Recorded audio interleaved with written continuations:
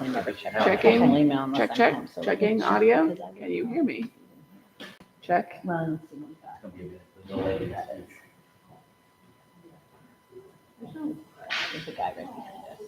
And, Oh, that's not Mark. him. Yeah, I said, it's Oh, not him. it's not him. It's not him. Okay. Yeah.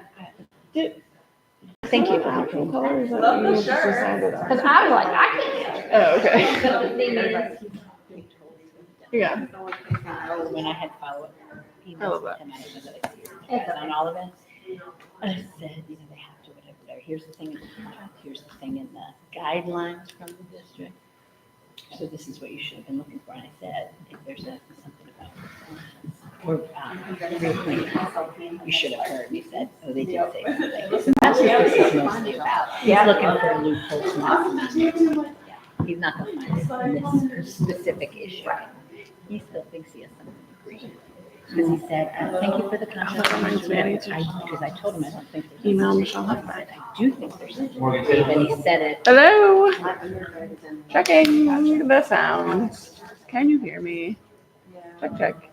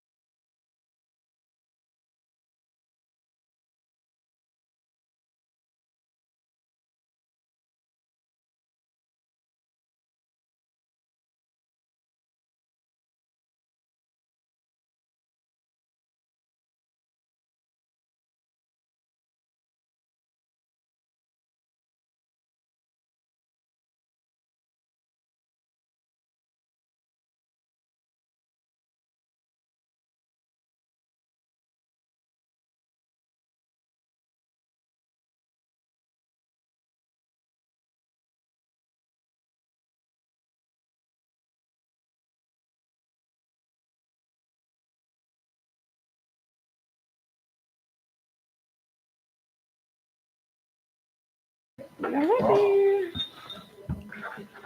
Thank you, I got it. I don't know who's putting that. That was theirs. We're good. So start, I think, good thing to do is everybody introduce themselves for those who may or may not have been here before. I'll start with Terry Harmon, here on behalf of St. Johns County Schools, also counsel, Mr. King. I'm Wayne King, Human Resources and Chief Negotiator. Mike Goose, Chief of Staff.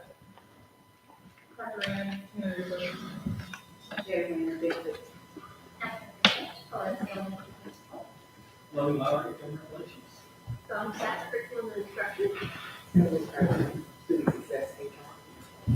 Morgan Mousley. Oh, sorry. Go Phyllis. Go ahead, Phyllis. Gretchen Saunders, Business Finance. I'm Morgan Mousley, TCHS Chief Negotiator for SJEA. Lisa.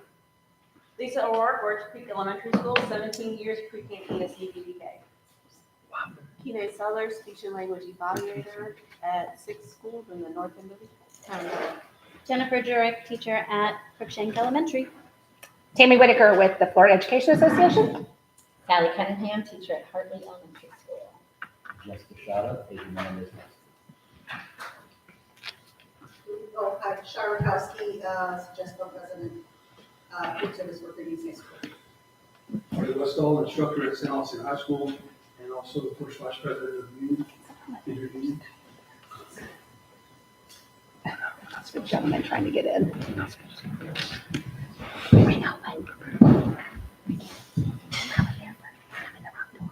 Get in?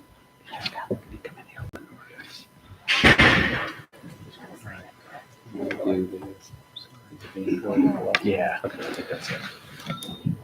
So I if guess you want to go ahead. follow our agenda. I know our last session, we focused on some kind of really early financial numbers, and actually were able to make it through some of those articles, which was good. What we tried to capture, I think, was what we were to come back with today, which is on some of our counter proposal language. And then I believe you've got a couple of articles to introduce as well. So I don't know if there's anything you want to add to that before we jump in. I think there were 2 articles that we were ready to TA on, but we didn't have copies of. I think it was 13 and 19. Okay. I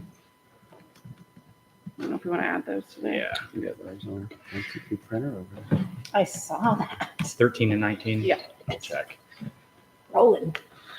All right. Phyllis, can you help us with putting up Article 2 on the screen? Yeah. Actually, the PowerPoint, let's start with that one if you can. So as she's launching that, I can kind of intro, right? Because so two things to start with. One is just a follow up from some of your questions last week. So early hires, you asked about what have we done in an early hire capacity. So the number now is 24, and they would broadly represent ESE, mathematics, etc. They were all on a posting, right? So the language talks about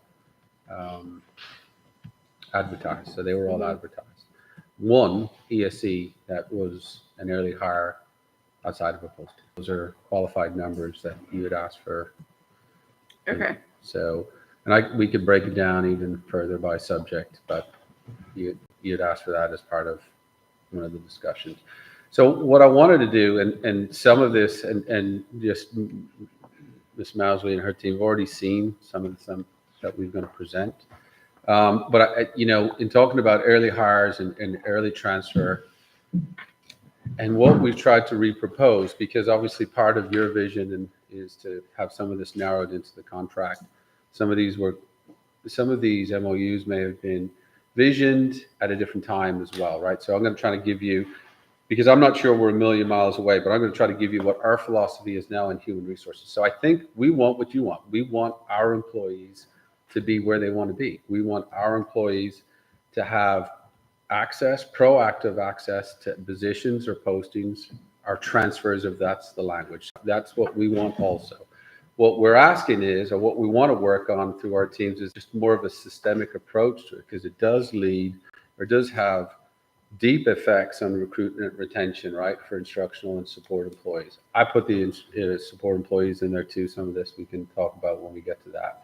So what we're looking at, again, this is through our teams or my teams, is provide more frequent communication and online hiring for current and future employees, both in person and web-based. So we're seeing good success with some of the web-based hiring. What we think moving forward would be communication, so employees know when things or have a deeper access to when things are posted or are coming up. And they understand, and we talked about this in our session, the language, right? Because different words or vernacular mean different things to different people, right? Early hire transfer, early hire interview. So we're going to narrow that. So we looked at, and this is currently at any given time throughout the course of this year, we're still carrying upwards of 60 vacancies. So dream job, dream hire, dream school, the positions would not be a surprise. They're heavily in ESE, heavy in reading, right? So we still carry those, and throughout the course of the year, some increase, and that goes back to professional learning and there's other things. And then over the past couple of years, we've had 400 employees that have not returned either through resignations, retirement, et cetera, as well. So when we look at a fastest growing district, new schools, current instructional vacancies, et cetera, we're seeing the need, obviously, to have bigger, better communication of it. But we also want to look at it, as I mentioned, it being a little bit more systemic. So, and you'll see some of this in the language that Terry will present as well tonight. So what we're looking at would be, instead of having that qualified early hire portal or early hire transfer, the transparency would be we'd post a position when we expect the opening. And that could start as early as February next year. And we can talk about this when we get to it. And then you'll see additional postings then that will roll out after budget, right? That's traditional, right? Because prior to that, which is what's in the early transfer portal now, they're anticipated. They're expected openings. Some principals may know based on employees already telling them they're resigning or moving wherever they might be moving. So rather than waiting for the early transfer portal now to open, we would post it. Therefore, an employee would say, Wards Creek has posted my dream job. I'm going to go to Wards Creek, or I'm going to apply for Wards Creek. Now, they're applying to the school, not knowing exactly if there's going to be a position or if not. And I think 15 of our schools, or 15 of them, participated in the early hire transfer. So even though employees felt they were transferring to another school, or I just had the opportunity, because of the disconnect with numbers, only 15 people or 15 schools actually have availed of it thus far. So then there are no qualifiers to it. So now in that early transfer language, you'll see some qualifiers that some of those things are difficult for us to get our hands around, right? Relative to performance evaluations last year. And you saw that in Morgan. And then this, and again, Terry will go through this, but then part of it would be for us is that in order to try to get a handle on it and not have that constant movement, would be that if we open it as early as we open it, that once you select or been selected for a position, that you lock into that. So at the last working day in May, we'd expect to close that down. So no more transfers thereafter, but this would be part of the language. Then we did talk about principals having a connection with each other, and then with final approval from Human Resources, there would be an exception for that.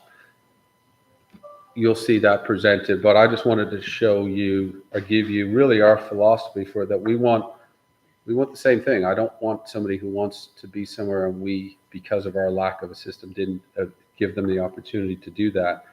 Right now, there are so many competing elements to it. We want to narrow it and better communicate it. So, and that is, and with the use of technology, make it a little bit more transparent.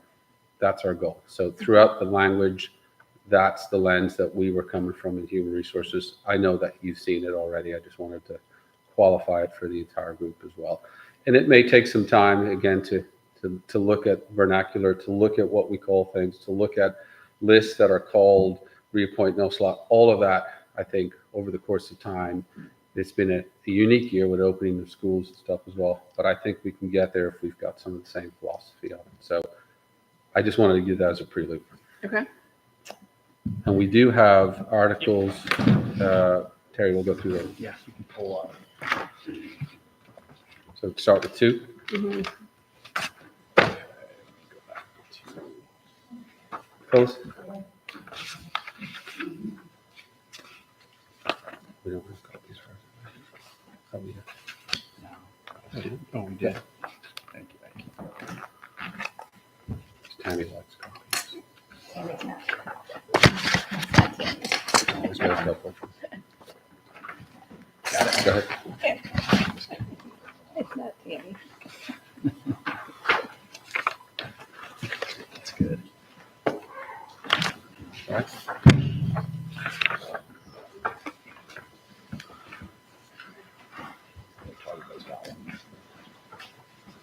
Just let me know if there's any extra. This is crazy. Everybody got one? Okay, so the only changes we made, I know this was one that you had proposed in our last meeting, some of the red changes. The additional revisions or counter proposals are in green. On page 1 or in section D, there's just a clarification that the bulletin board can also be digital in the event there is a digital bulletin board. And then on the last page of the article or in section O, I know we had a lot of discussion about assemblies. What is an assembly? What's not a whole school assembly? And if I recall, some schools, one of the concerns raised was there hasn't been a full school assembly meeting all year. And so we tried to capture that by proposing language in there that if a full assembly was not held, where there would be that opportunity to provide brief reports and announcements, that there would at least be one meeting per semester made available to the association to be able to do that. So the way that it's worded now, it sounds like we can only have one meeting per semester. So can we add an at least in there? What is the intent there? I think right now is, again, as I understood it, the concerns last time were there are currently not schools that are guaranteed to hold whole faculty assemblies. Some hold one, some hold number, is trying to encompass and guarantee the opportunity that if there is a particular school not hosting a full faculty assembly, that this would effectively give 2 per year mandated at that school site, that you'd be given that opportunity. Now, if there's 10 whole school assemblies, whole faculty assemblies at a particular school, the current language would allow that presentation to take place at all 10 of those. Right. But I don't know how many, practically speaking, and the folks behind me may be able to help, how many times these full faculty assemblies are held. What we were trying to capture is if they're not, at least there is that platform and that opportunity to be able to do that at least twice. Okay. That's the reasoning behind that. Yeah. So I think from the discussion last week, it was the general, beginning of the year, here's your union rep, here's your platform. And then Tammy, I think, had mentioned, discussion on ratification and stuff like that. So. Okay. So the way that this is worded though, let's say we were back in October, right? I introduced myself at a meeting that I worked out with my principal. So that would have been my one meeting for the semester. However, we finished bargaining in October, which would have occurred in the same semester. So you get what I'm saying? Like, I just feel like by not having the at least in there, now we are eliminating, it feels very much like we are limiting these meetings to once per semester. So that's my only issue with this. I think the other language seems fine. Obviously, we'd have to talk about it in caucus, but I think that would be our concern. Two, and then what's the next is not 8. You want to go 8 or 12? 8. Let's go with numerical. There is no book. Thank you. Yeah.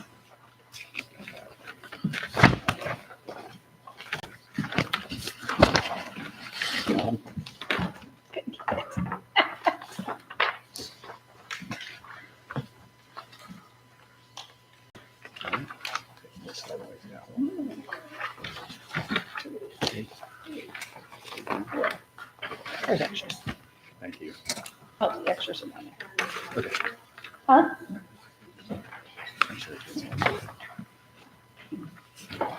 So now this transitions to Article 8, which I think is connected with the presentation that Mr. King just gave. Yeah.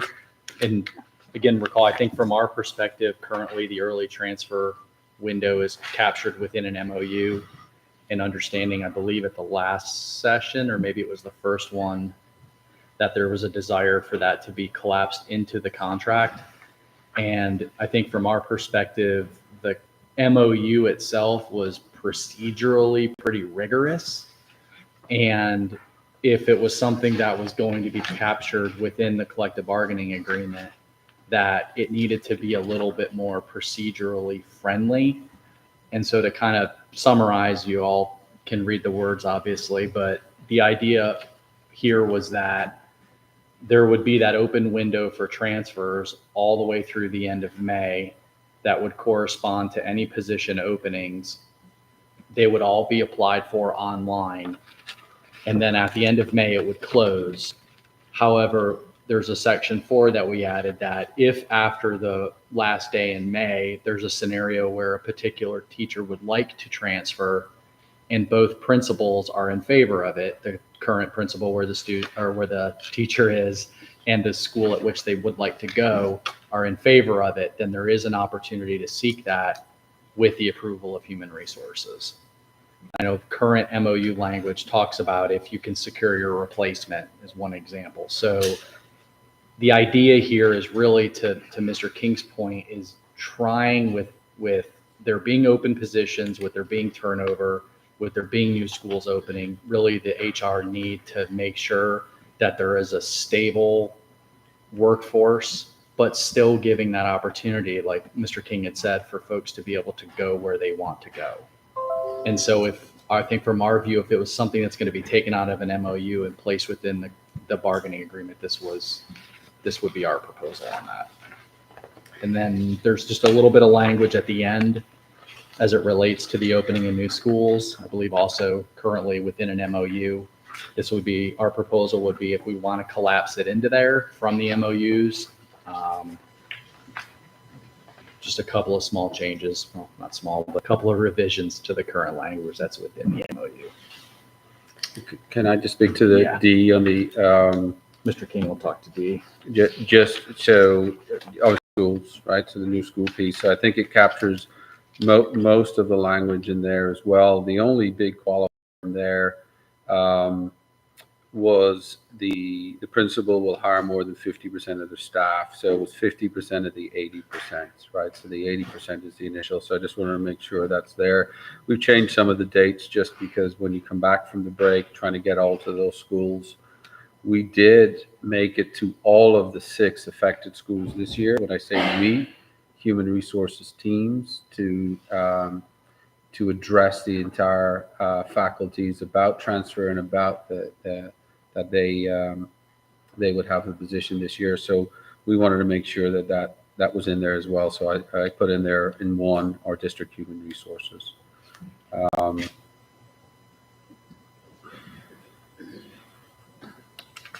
And then on the front is sort of the 2, 3, and 4 is the byproduct of kind of what I introed with in terms of as Terry mentioned, if we're going to try to put some of this language into the contract to have it a little bit more systemic. So I just want to make sure I'm understanding the new process that you are outlining in 2, 3, and 4. Basically, anyone outside the district and anyone inside the district can apply for a position. So we're no longer allowing those in the district to move where they would like to move before an outside hire could potentially get a position. Is that correct? Is that a counter proposal? No, I'm clarifying, like that's basically what that is saying. So, I mean, if you go back to the original intro, we want our employees to have the best opportunity to be where they want to be today also. So we don't have a problem with that. So I think in this language right now, we're saying internal and external. Okay. And again, we want to do it as early as possible, but we're not opposed to listening to other options. Okay. Does that make sense? Yes. Yes. And then 12. Yeah. Any copies of the- 2, 3, 4, 5, 6, 7, 8.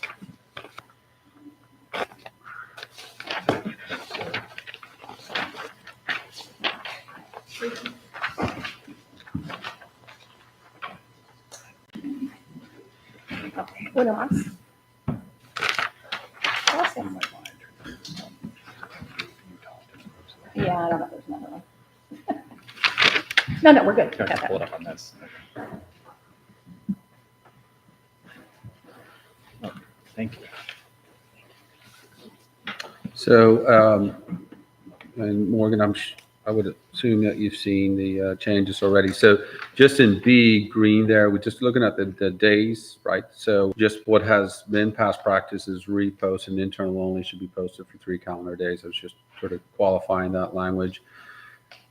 And then we looked at in C there, all professional employees, blah, blah, blah, will applications considered by the superintendent designee or the hiring authority. Like, so again, there's human resources, the school can be considered a hiring authority.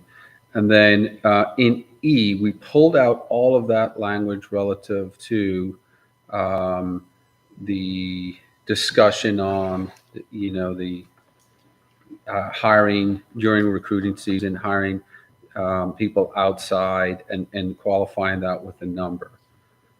Right. So again, I've presented to you, I've given you the numbers that we currently have doing it. We look at critical needs all the time. And so with it, again, even with the proposal that we're looking at, we would still feel comfortable doing some sort of a hiring fair in March anyway, right? But I think we would reserve the right to hire critical needs as we see to fill some of those 60 odd positions. And we're not sure it needs to be quantified in numbers. So that's why we pulled that out. What is your reasoning for crossing out the rest of C?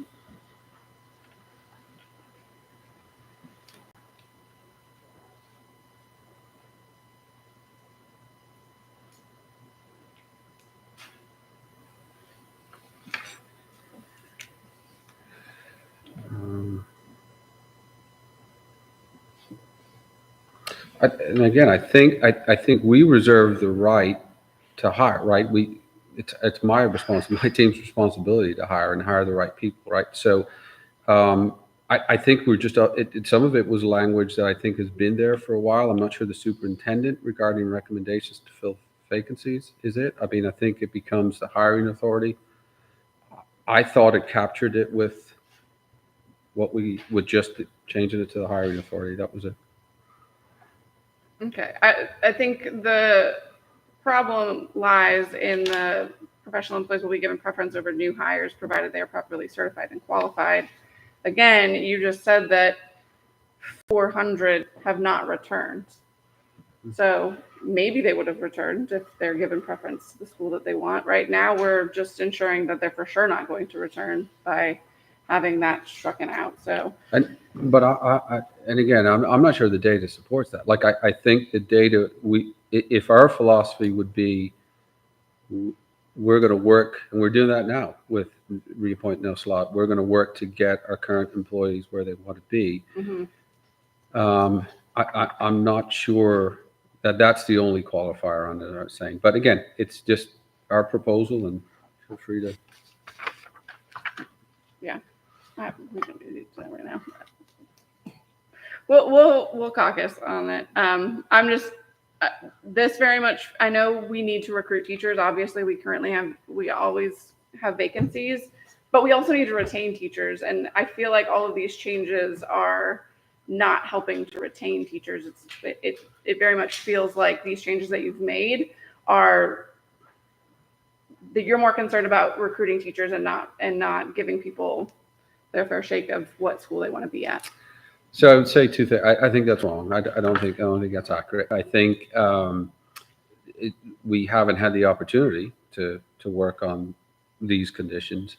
And I think what we're doing now is individually contacting people that have requested transfer. So we're working hard with that now, currently on positions.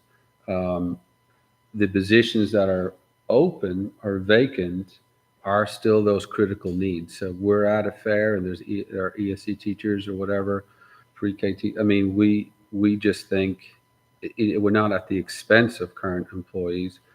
We feel with the language proposed, a current employee would have still have had that opportunity to transfer there prior to us getting there, or in conjunction with us getting there. So Okay. again, and I'm just being transparent with it, so I don't. Yeah. The language wouldn't to when we created it, and you saw when we were creating it, wasn't designed to exclude current employees at all. Pretty much now, this is all management rights then. Almost, you've taken away, I mean, vacancies is a mandatory subject of bargaining. It is a part of collective bargaining. And pretty much there's just like a definition of what a vacancy is. So you've taken away all of our rights. I don't know. Some of this language in here about the superintendent making recommendations, the board accepting recommendations isn't We can get rid of taking anything away. those recommendations. We're just saying the parts where it gives advantage to the current professional employees within the district, you have taken out all of those parts. And you have made it so now that, yes, I get it. I want to recruit teachers as well, but I also want to retain teachers. And we're losing 400 teachers in the past year. So to me, let's make those 400 people happy. Yes, maybe 200-300 of them would not have been happy regardless, but maybe we could have captured 100, right? And now we're just guaranteeing that those teachers are not happy. So there are 100 teachers currently that aren't happy because I'm just giving you like hypothetical I understand, numbers, but what I think our move is towards the constant critical shortage piece. That is, and so but you many have a provision in there for that, right? And you've now removed it. Well, we were trying to look at what's currently in an MOU that Terry's point was lengthy and again confusing to employees. I think what we're trying to propose is a more transparent way to say there are positions currently at Wards Creek. You want to go to Wards Creek, apply for it. Not put yourself into a portal where you think you can apply and then let it. Some people are applying and being interviewed and not getting the job. That doesn't mean we didn't provide them the opportunity, right? Right, but now we're just lessening that pool, that opportunity for them if it's open to everyone. Or we're expanding the window to bring it forward to February and give people an opportunity to do it. And then that way we might be able to identify earlier the critical shortage pieces. Right now, we're tied very much to budget piece. So if we do open it, if schools know in February, Tokoi knows in February next year that they're going to have a position post, and then we'll allow internal, external to apply. And E doesn't really make any sense now. There's no, it's just kind of a statement. It's not even language. It is a statement. It's no language. There's no, Correct. There's Yeah, no teeth it's an to it. aspiration is what that is. But I don't think even know if it's an aspiration. I mean, there's nothing to it. It's like, why didn't you just strike through all of that too? Because I mean, how am I going to grieve that? There's no grievance because there's nothing tied to it. Oh, you didn't interview. I mean, and I understand the MOU language was somewhat cumbersome, but we continue to use it year after year. I don't know how many years it's been in place because I've only been on the team for 3 years, but at least for 3 years, we seem to like that language and continue to use it, and it seemed to benefit employees. So I'm just confused as to why we're now removing it. So we've made our point. We'll talk about it in caucus, but Okay. Thank you. All right. So we've got a couple.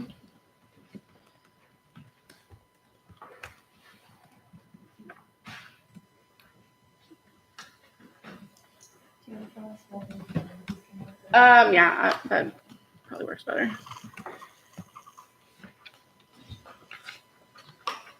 What do we do for 7? 7. Mhm. Okay. We did 7? Yeah.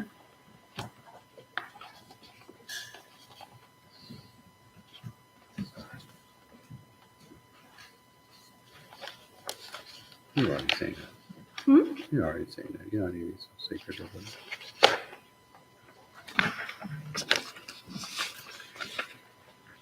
All right, so this is Article 7.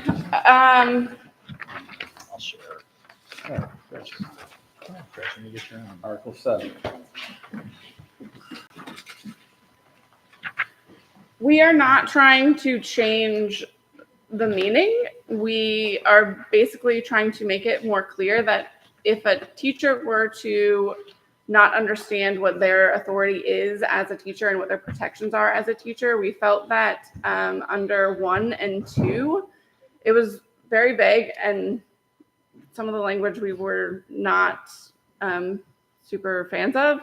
And so we just went to the statute, right? Like that's what this ultimately is leading us to anyways. And we liked the statute language better than what is currently in our contract. And we felt like it was clearer. I can easily, if a teacher, I can look at this and say, okay, this is what I need to do in my classroom, right? Like this is what I have the authority to do. So that's what 1 is. I can read through it if you'd like me to. It says, and this is all language from statute. The only thing we did is maybe combine some sentences to make it less wordy. So teachers and instructional personnel shall have the authority to undertake any of the following actions in managing student behavior and ensuring the safety of all students in their classes and school and their opportunity to learn in an orderly and disciplined classroom. This sentence does actually need to be broken up, but with positive and effective learning environment that maximizes learning and minimizes disruption. Teachers and instructional personnel shall establish and enforce classroom rules of conduct that treat all students equitably and implement consequences designed to change behavior for infractions of classroom rules, work with parents and other school personnel to solve discipline problems in their classrooms, have disobedient, disrespectful, violent, abusive, uncontrollable, or disruptive students removed from the classroom for behavior management intervention, assist in enforcing school rules on school property during school-sponsored transportation and during school-sponsored activities, request and receive immediate assistance in classroom management if a student becomes uncontrollable or in case of emergency, and request and receive information as to the disposition of any referrals to the administration for violation of classroom or school rules, request and receive training and other assistance to improve skills in classroom management, violence prevention, conflict resolution, and related areas, use reasonable force according to standards adopted by the State Board of Education to protect themselves or others from injury. Again, this is all pulled directly from statute. We have newer teachers who are often contacting the union office for like what it is that they can do as a teacher. And Kate and Tammy are constantly having to refer them to the statute. We feel like, why not put it in the contract? Everyone will, can easily find a copy of that than trying to look up the statute. And then 2, we felt words have just escaped my brain. 2, we felt kind of talked about discipline and what that should look like in the classroom. So again, we pulled what that looks like from the statute. I won't read it, but basically, we can remove a student from class who has behavior issues. And then we left the part about the principal in there because I think it's important for teachers also to see that like this is kind of the steps beyond your classroom, because I think there is a lot of confusion in that in the schools as well. And then 3, 4, and 5, we didn't touch. Same with 6, 7, and 8. And then for part B, under number 3, we are just trying to clarify the language of protection of an employee. So instead of basically Weingarten rights are that if you are called in for any reason, right, to appear before an administrator or supervisor, that you can have somebody from the association. And so we change the second sentence to say when an employee is to be called in for discipline, the employee shall be given no less than 24 hours written notice of such meeting and shall be entitled to association representative to be present during the disciplinary meeting. We just wanted to clarify that. And then we took out normally because we feel like they should be given no less than 24 hours. Normally kind of allows some wiggle room. What does that mean? What is normally? And then we left the rest of it, I believe. Yep.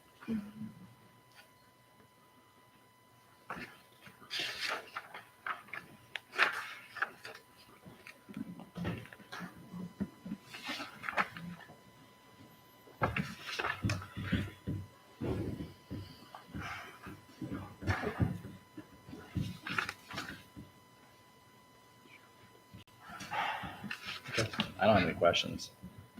Anybody have anything? Talk about it. Did you say you were trying not to change the language? Is that- I mean, there's significant changes in there. Talk about it. It Okay. is state statute. So if we're going to refer, the very top of this says that teachers and other members of staff within the school shall have the authority for control and discipline of students per Florida statute. We're just putting it here for teachers to better see. Clearly, yeah. We've got, I think that Article 9 is next.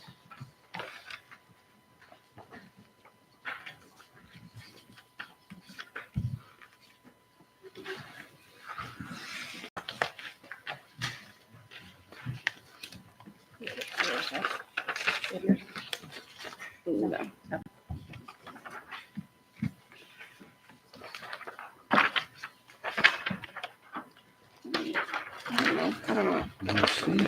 Oh, there's an extra one. Underneath one. Oh, we The got one. extras? We're safe. 9. On A, Good. hold on, let me figure my note. Here it is. We just they obviously need to be changed to or, and then we're adding teaching an or licensure, and then we're adding the sentence, this includes assigning professional employees in accordance with all state laws and guidance related to qualifications and scope of practice for ESE positions. Our reasoning for adding this is came about from a member on our marketing team who's a speech and language pathologist. So individuals who are providing speech language therapy who only have their bachelor's degree or who are in their first year, they need certain supervision or mentorship direction according to the law. And it sounds like that is not necessarily happening on a regular basis. So we just wanted to make sure that we're providing the support that is required under the law for any sort of ESE position. Can I just have a clarifying question? So Right. What's not being done now? There are speech and language pathologists who only have their bachelor's degree, and according to state law, they should have supervision of somebody who has their master's degree, and for various job duties that they have. And it sounds like not everyone is getting that supervision from somebody with a master's degree.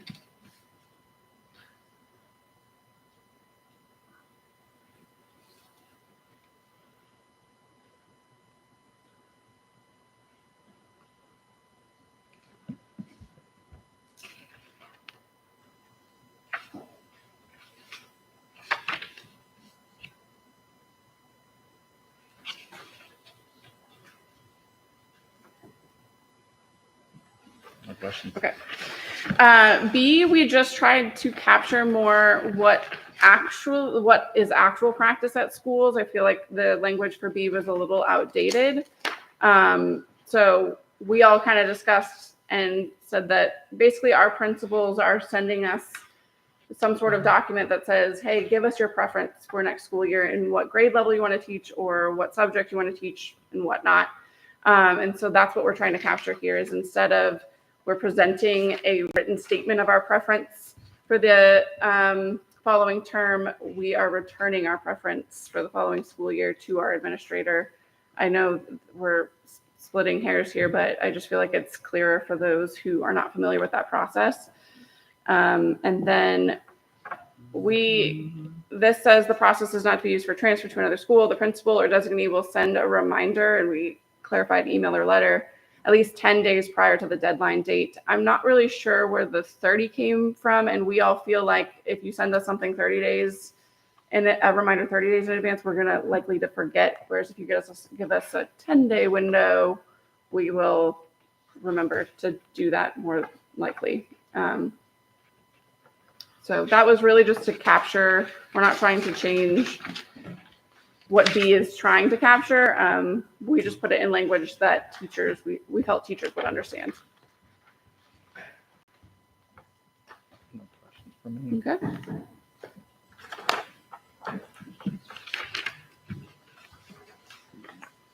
Oh, and then there's a weird space in there. And then we just got rid of G for the associate teacher committee because we felt like that didn't need to be necessarily in the article. It's in Appendix A. We'll just simplify things there.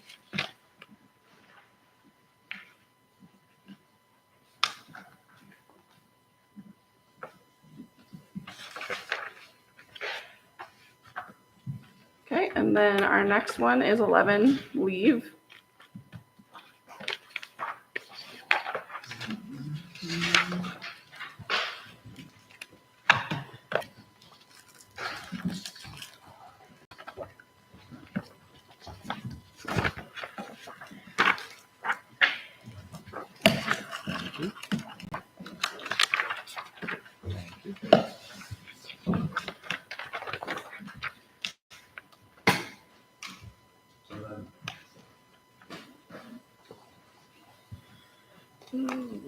So in the first paragraph, it is introducing of all kinds. And so the sentence that says the professional employee must supply a reason for the leave request, we said maybe asked to, because certain types of leave you do have to supply a reason, but certain types of leave you do not. And so we just wanted that to be a little bit clearer there. In the second paragraph, we just changed signed to submitted because we are not submitting actual paper copies of leave anymore for the most part. And so we just figured that clarifies that language. And then we just added teachers will submit leave in the appropriate system for obtaining a substitute. However, securing a substitute shall not be a requirement for leave to be approved. It's management duty to find leave or to find a sub for us. That should not be a requirement for us. Obviously, we need to do everything we can on our end, which is putting it into SmartFind, but that shouldn't be that requirement.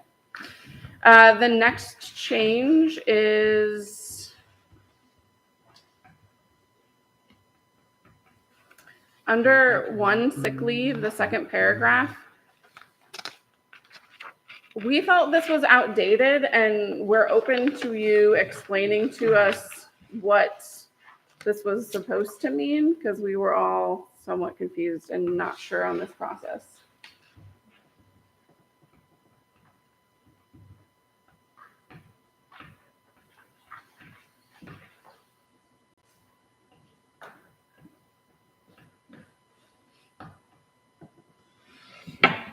I mean, just looking at it, I mean, I think the intent there, again, just reading through it one time in the proposed revision, is it's so that the principal or supervisor can get a little bit of a heads up or notice in advance of the need for the sick leave. So, but I think our question is this long-term sick leave? Is that what this is referring to? Or like, you should just tell us when you're going to be sick before school starts? Like, how would we know that? I mean, if you're sick the night before, and you know you're not going to be at work the next day, I think the intent there is you give a heads up instead of calling 20 minutes before school starts and saying, I'm not coming in today, I'm sick. Well, that does happen though. I understand. No, I think Okay. that I'm not saying anybody does that on purpose. Right. I'm just saying I think the purpose here is to try to get as much advance notice as possible. If you wake up throwing up, different story. But if you know you're going to be out the night before because you're not feeling great, I think that's what this is. My expect Right. is what it's. I haven't read Okay. the rest of this, but I'm thinking that's what the purpose of that is. Okay. And so that's why I think it may be outdated, because now when we have to be out, we put it in Smart Find as soon as we know. And then it, the sub gets picked up, it gets approved or it doesn't.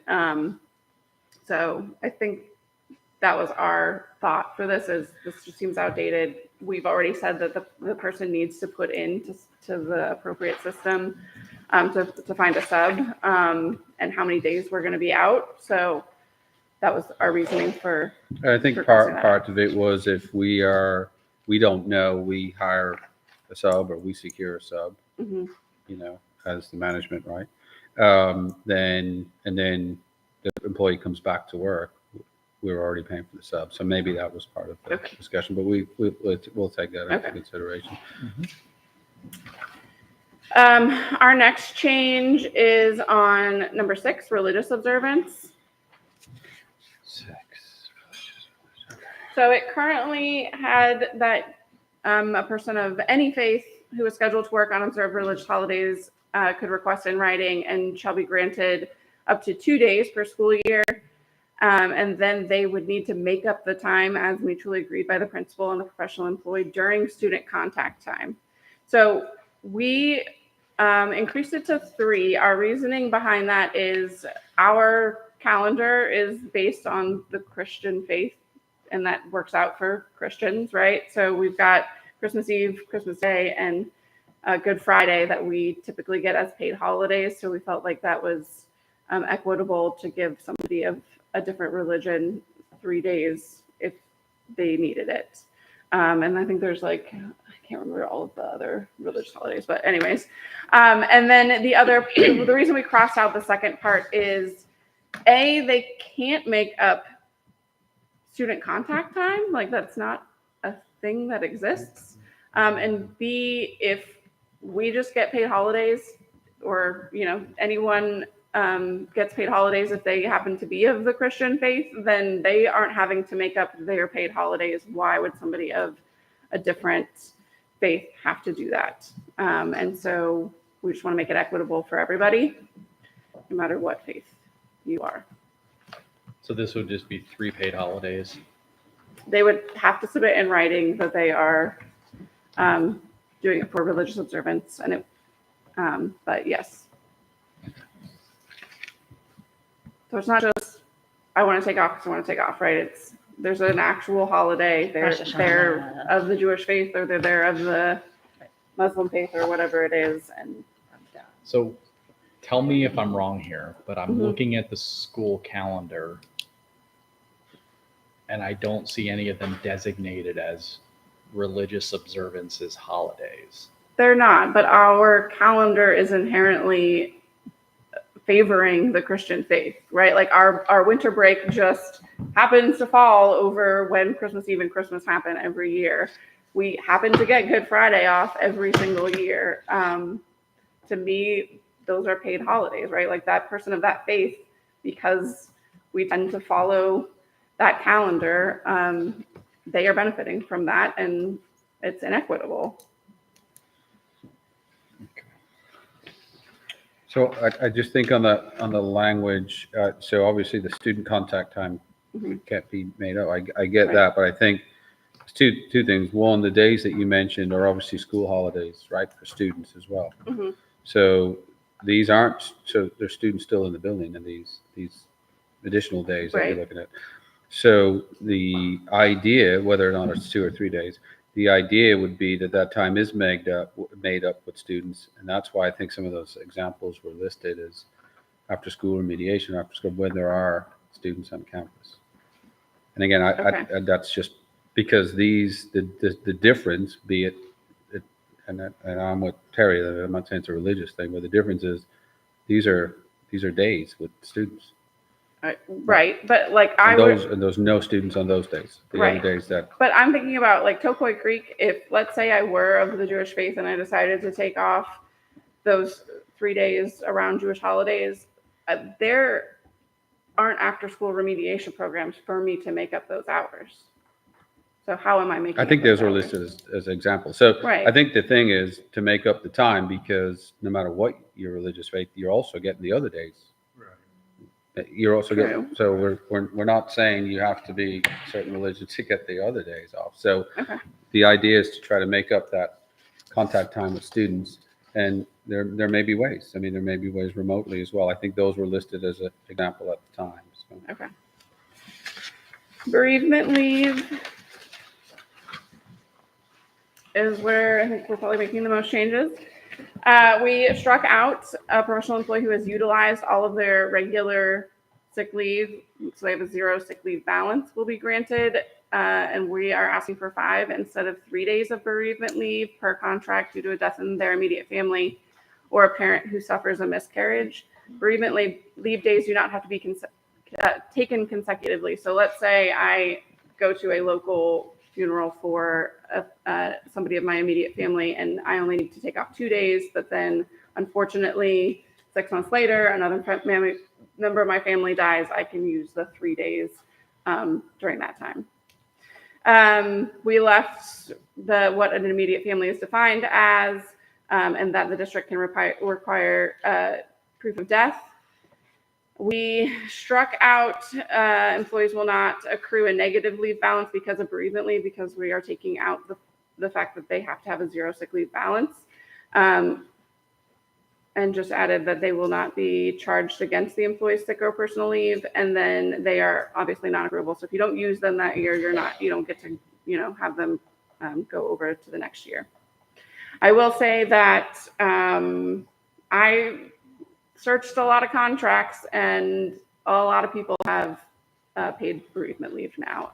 I was hard pressed to find people in the state of, or counties in the state of Florida who do not have paid bereavement leave.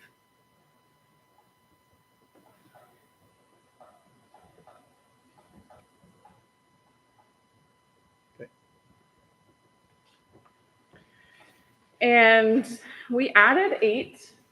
We would like to propose wellness leave. So we have to complete our health risk assessment, or I think it's the biometric screening portion of our health risk assessment every other year, right? And so sometimes it's hard to get that appointment in. And so we are proposing that we can have an hour of temporary duty elsewhere for the purpose of completing your biometric screening portion of the health risk assessment.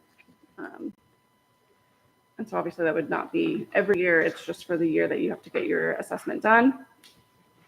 I think that would help our districts in getting those completed. And I don't think we made any other changes. No.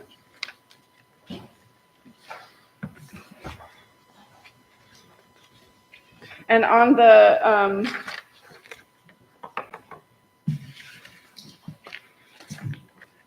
yeah, we can bring that up later. There are also some districts who are providing incentives in order to get their health risk assessments done. I think one district is giving them $250 for completing it. I know in Clay, when I was there, they came to the schools, everyone was entered in a raffle. You also got $75 for completing it. And so I know that is something that, is a struggle for our district for everyone to get that done. So we're just trying to provide opportunities to make those numbers higher.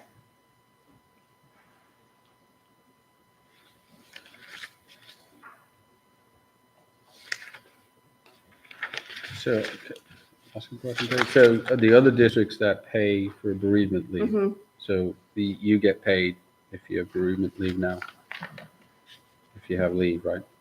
What's that? So we pay. For bereavement, in order to get, I have to take my sick days. But you're getting paid.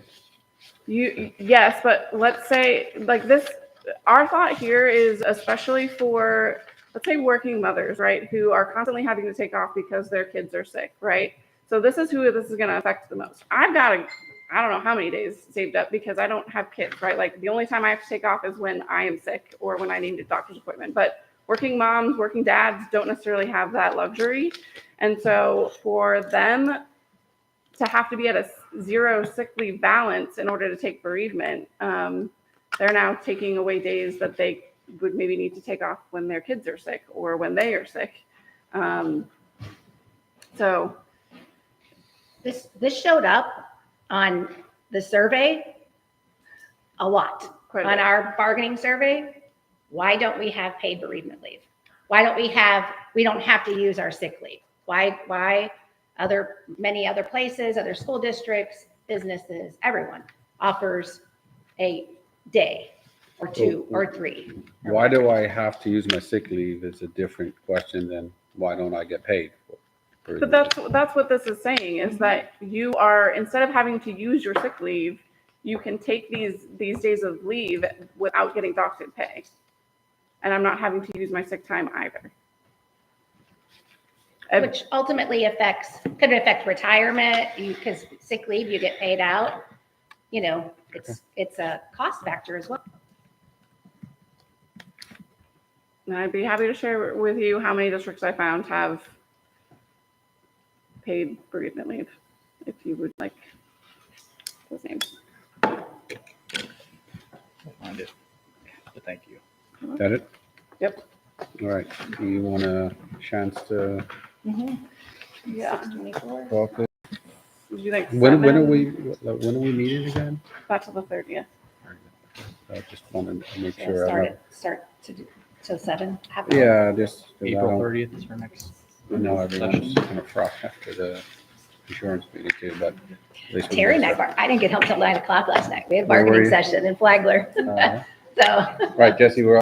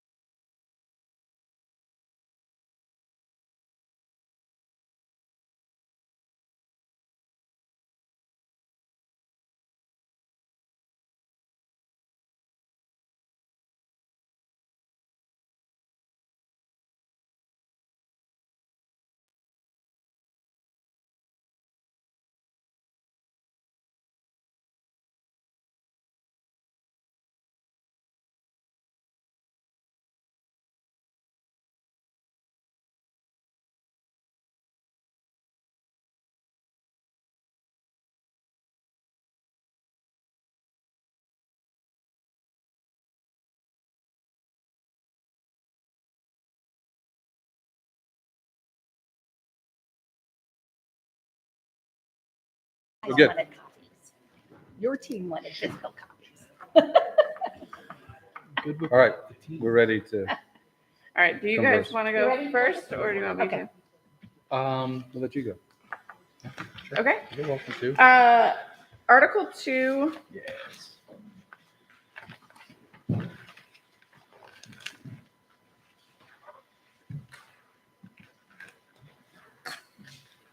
Verifying security. secure. Secure. Article 2, okay. So for your adding to the digital board, I think we appreciate the sentiment there, but we preferred not to add that to the contract. So we just struck through you adding that in D. And I think we struggled with O to find language that worked. And so I think we just decided, let's just go back to the original contract language. And the only change I made was after announcements, I put a period and then capitalized the next sentence.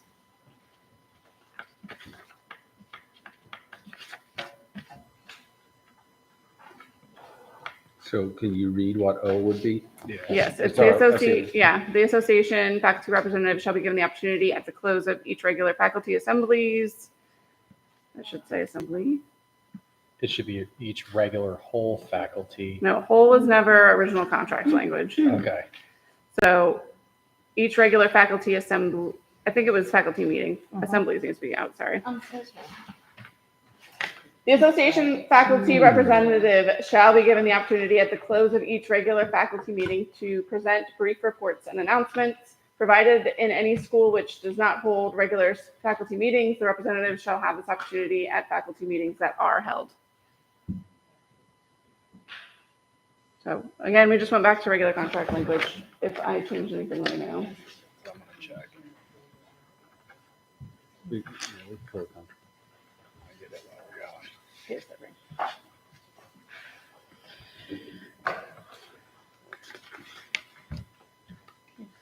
Yeah, so I just made it into two separate sentences.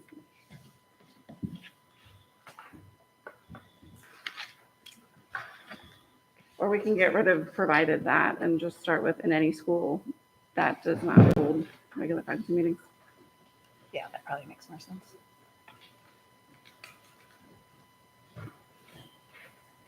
There you go.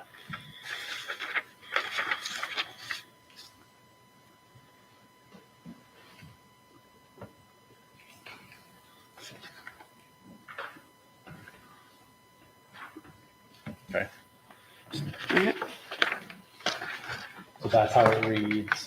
That's the current CBA language minus those three. words. Correct, Okay. yes. Okay. Okay. We have a counter to, oh, I got out of this. Where am I?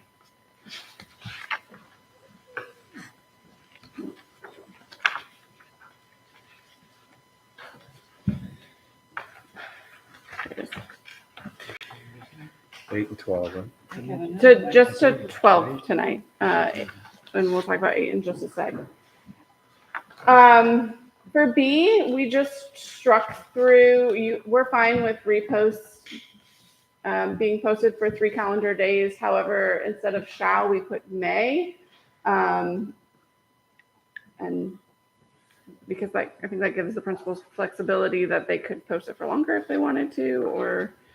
And then we just got rid of and internal posts. We don't want to agree to internal only posts being posted for 3 calendar days.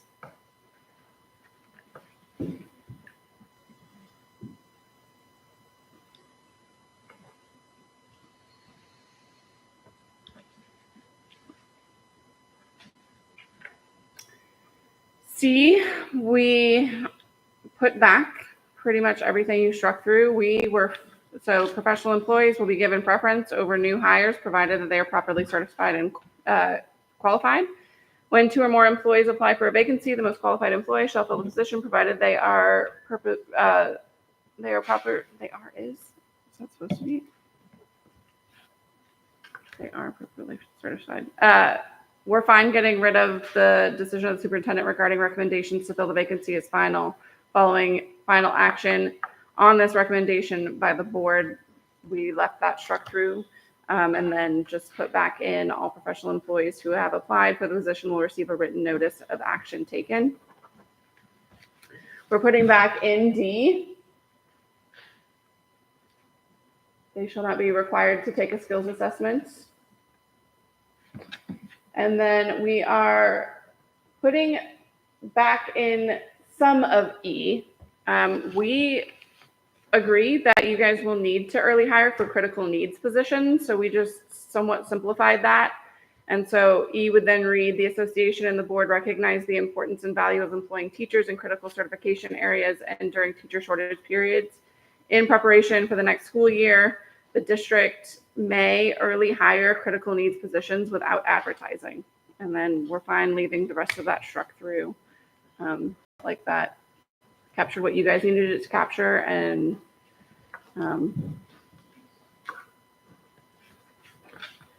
that is what we have. In regards to 8, are we ready to move on to 8? I don't have a counter, but I just wanted to make a comment on it before we move on.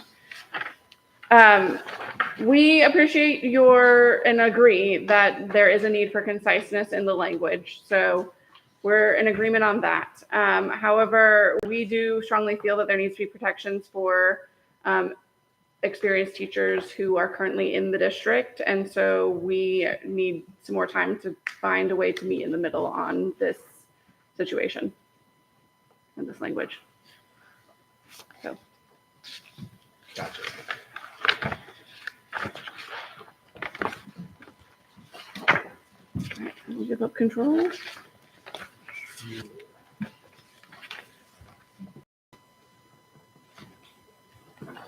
And I'll put this counter in the drive.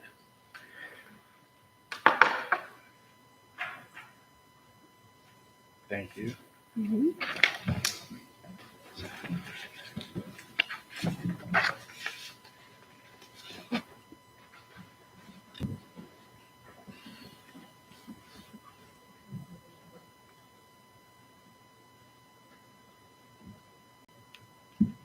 Let's go with 7.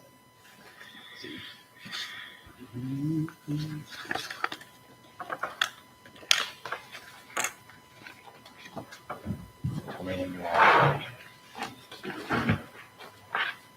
Great. Got it. Okay. So I guess globally speaking, I know from hearing what you had said, there's some members that may or may not be aware of, you okay? Gotcha. Aware of some of the provisions in statute that relate to employee authority.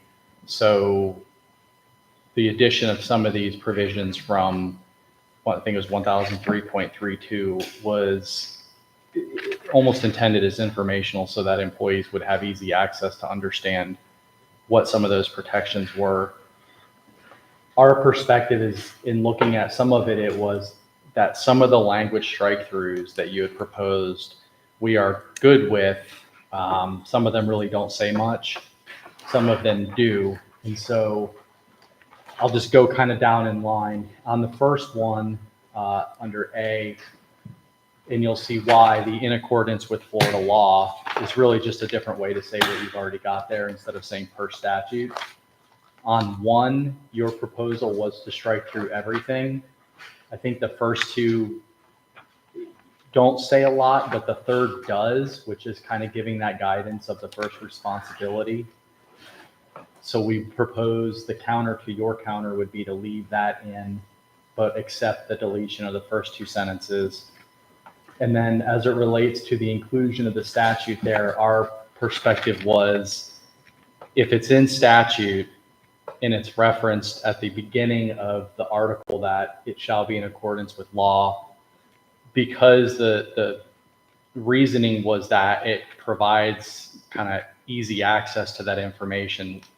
We just thought there's got to be better ways to communicate what that is, except through a CBA. I just don't think that's necessary language to just cut and paste statute in the CBA. Keep going down. And it was, just note, it was only partial of the statute too. There were other things in the statute that were not in there. For 2, go up to the page before? I think we agreed with striking through all of what is currently number 2 and peeling all of that out. And I think next, the same thing with the statutory language. No changes on 3, 4, 5, 6, 7, 8. And then I think we were not comfortable with the proposed revisions that went in B3. And our proposal was to leave the language as is, primarily the term discipline is kind of undefined here. And the reason for this language, as we understood it in reviewing what is currently is, at the time where the letter of reprimand or final letter of reprimand is to be given to the employee, they have that, we have already indicated within this that they have that right to have representation. Opening it up to all forms of discipline when there's not really a definition of what discipline may be, we think leads to some vagaries. And so we were not aware of any practical issues with it being implemented the way it was. So our response back as to that language was to just keep as is. So that's our piece on 7. Yes. And then I think we can move the fastest on 10 or 11. We're not done on 11. We were trying to work through it. We got almost to the end and we had some lingering questions, so we don't have language to kick back yet. But one question was, you'd mentioned as it related to bereavement leave, that there were some other districts that were not, as I think we understood it, bereavement leave was almost its own separate pool. You did not have to exhaust sick leave. It was not an element of your annual leave. It was just paid pure bereavement leave. We were trying to kind of look at some examples, and that's where we just ran out of time. Okay. So if there's any that jump off the page that you think, when you've done some of the looking, that these are some good districts that we pulled this from to go look at, we'd absolutely be open to going and looking at them. But we had made it through like 8, and we were seeing, just for what it's worth, some inconsistency that not all districts were doing it that way. So we thought, instead of us going out and finding, maybe you've got something you want us to take a look at.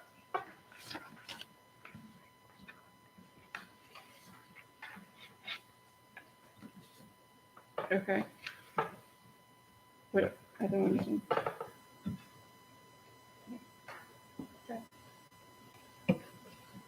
Do you want me to email it later? Yeah, you can do, that's fine. Okay. You don't have to, that was the question. So you don't have to do it right I now. don't think it's you can pull it up on any district I mean, website. But if there were when you said there were a number of districts doing it this way, our view was There's the contiguous counties that are doing it. that would be good to know who. And so you don't have to do it right now. I'm saying when we bring the article back, if we can just get an idea of who that might be, we'd be happy to look at going and looking at some of the samples. Well, wouldn't you want that before you bring a counter? That's what I was saying. Yes, if you could provide that, you don't have to provide it now. Not now. I know you're Right. finding a counter now. We'll bring the language back to you after having looked at it. Or So drop it in the team. if you want to drop it in Teams, it's Okay. fine. I can just tell you there's at least 17 counties that currently have it. Okay. In Northeast Florida. Correct. Okay. And then that would leave 9. Actually, 1, 2, 3,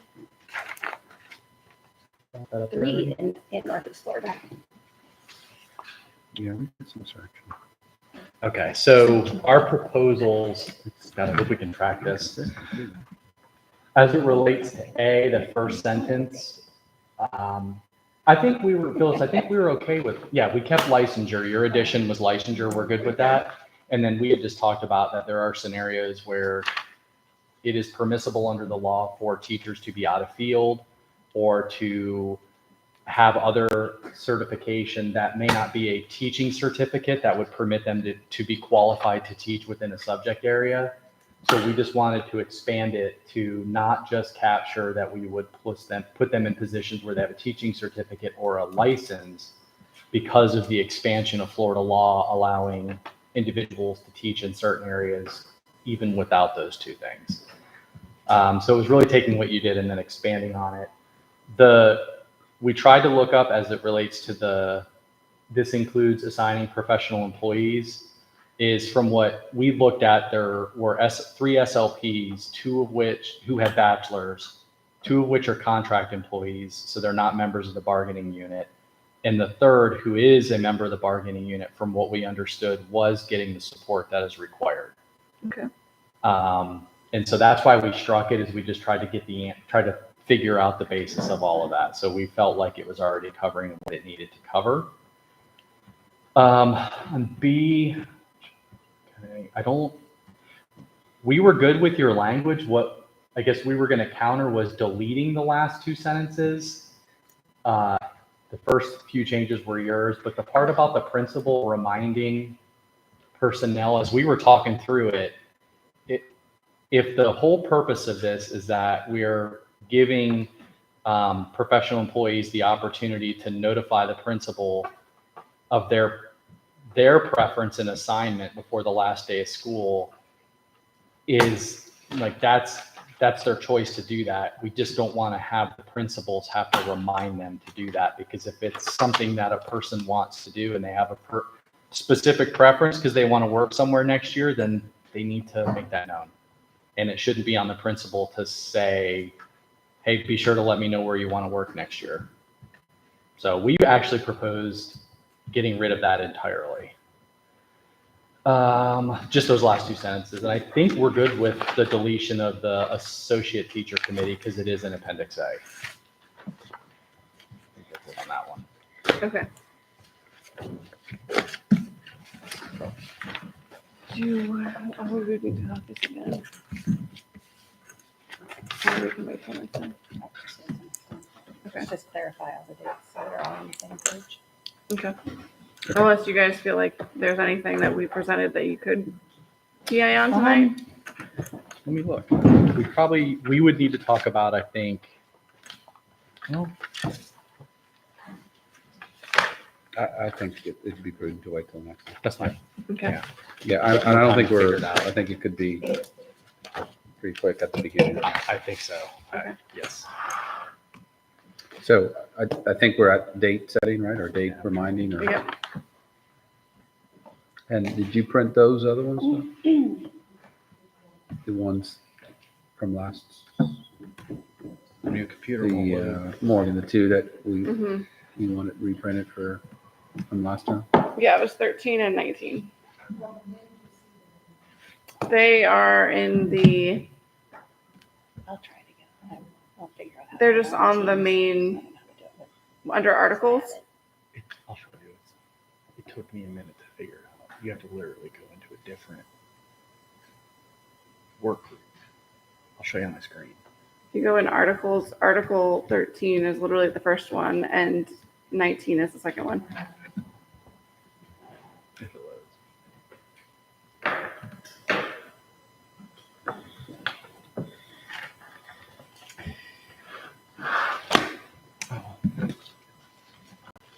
All right, so we're already scheduled for, The 30th. right,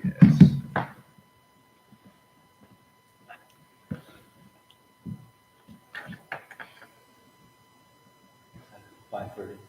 Yeah. 5:30 on the 30th, and then I think we've got May 8th and May 15th at 5. Yep. Sorry, my internet dropped again.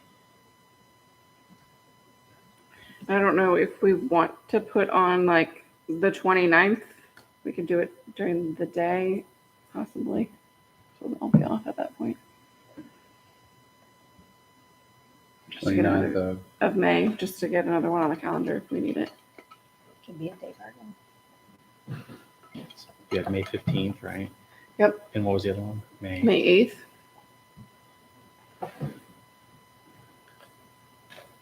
Okay, got that. And then you were looking at May 29. Mm-hmm. that can be earlier. Because we'll be off at that point. You will. Just making sure it's. Yes. What time in the day would you guys think? Birthdays, all in a little cluster. I was trying to make sure it wasn't on one of those. It's my anniversary. Well, we're doing it during the day. Yeah. Do the 20th, what Okay, we yeah, said. the time. For the Saturday. Yeah. 10? Would we rather do it earlier or in the 20. afternoon? Let's go 10. 10? 29 earlier. 10 a.m. 10 till whenever. And I remember, a couple of us we saw May 10th, or 29. 29th, so Wednesday. School's out. Oh, that's true. Is it? Yeah. Well, that doesn't mean. Oh yeah, last day of school is the 24th, right? Mm-hmm. Can we do it in the afternoon? Ready? Can we push to the afternoon on the 29th then? 1 o'clock? So can 29th, 1 p.m. Prior to that is May 8th and 15th. May 15th at 5, 15th at 5. Yep. and then May 8th 15th at 5. at May. 5. And April. April 30th at 5:30. 30th, 5:30. Right, she's printing those off. Mike. Perfect. Thank you. Or enough, just. What articles were you saying? One second. What articles I'm were you pausing. saying? No,